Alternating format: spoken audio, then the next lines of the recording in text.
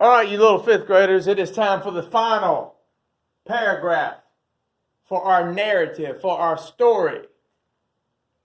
Make sure that you have two paragraphs right now. If you do not have two paragraphs, a beginning and a middle, you need to stop this video and go back and figure out what you missed the day before or the day before yesterday. Because you should have a beginning paragraph and a middle paragraph. And today we're going to do our last end paragraph, our closing paragraph. Remember that our topic, imagine that the narrator of the story and the speaker of the poem have visited the same river and have seen the same eagles. Write a sequel, a part 2 to the story Paddling to Paradise, in which they meet and discuss their experiences. Give them names and include dialogue. Base their discussion on the details in the story, Paddling to Paradise, and the poem, Room for Thought. So, let's review. A narrative is a story. It will have characters. Our narratives are going to be short, 3 paragraphs. You can do a 4th paragraph if you like. Maybe 2 middle paragraphs, add a lot of details.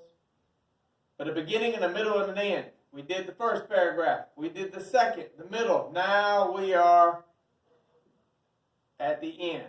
Let's look at this real quick. 5 sentences at least. I'll have more than 5, but at least 5. And then this paragraph, we're just closing the story. Give it an ending. Okay? All stories have a good ending, and we're just ending the story out. I'm going to read the whole story to you, and then when we get to the last paragraph, we'll discuss it in detail. But read the whole thing, so the last paragraph will make sense. It won't make sense unless I read the whole story. So my introduction paragraph. Again, after leaving the river, Mom decided to take Jesse and me to a nearby diner. I had to use the restroom really bad, so I ran to it immediately. After an hour, I came out and heard a girl say, "It stinks in here." I said, "Sorry, that was me. My name is Frank. What's yours?" She said, "I'm Kelly." Then she reached her hand out to shake. I said, "No, COVID. Let's just elbow bump." We bumped elbows, and I felt like I made a new friend. That was my introduction paragraph. And now the next one. The one we wrote last time. Kelly was very pretty, so I decided to keep talking. I saw some awesome eagles at the river today, I said. They were huge. Kelly replied, "I saw some too. I bet we saw the same ones." During this conversation, I began to feel brave, so I decided to make my move. What is a pretty girl like you doing at the river all by yourself? Her eyes got real big. And then she said, "I had some things on my mind, so I went for a walk." Right then, I knew this was my chance. I asked her, "I like to go for walks too. How about you and me go for a walk this weekend along the river? We may get to see the eagles again." And then that's where we stopped. Now it's time to show you my last and final paragraph, closing it out, ending the story. Don't copy my ideas when you end yours. This is how I decided to end my story.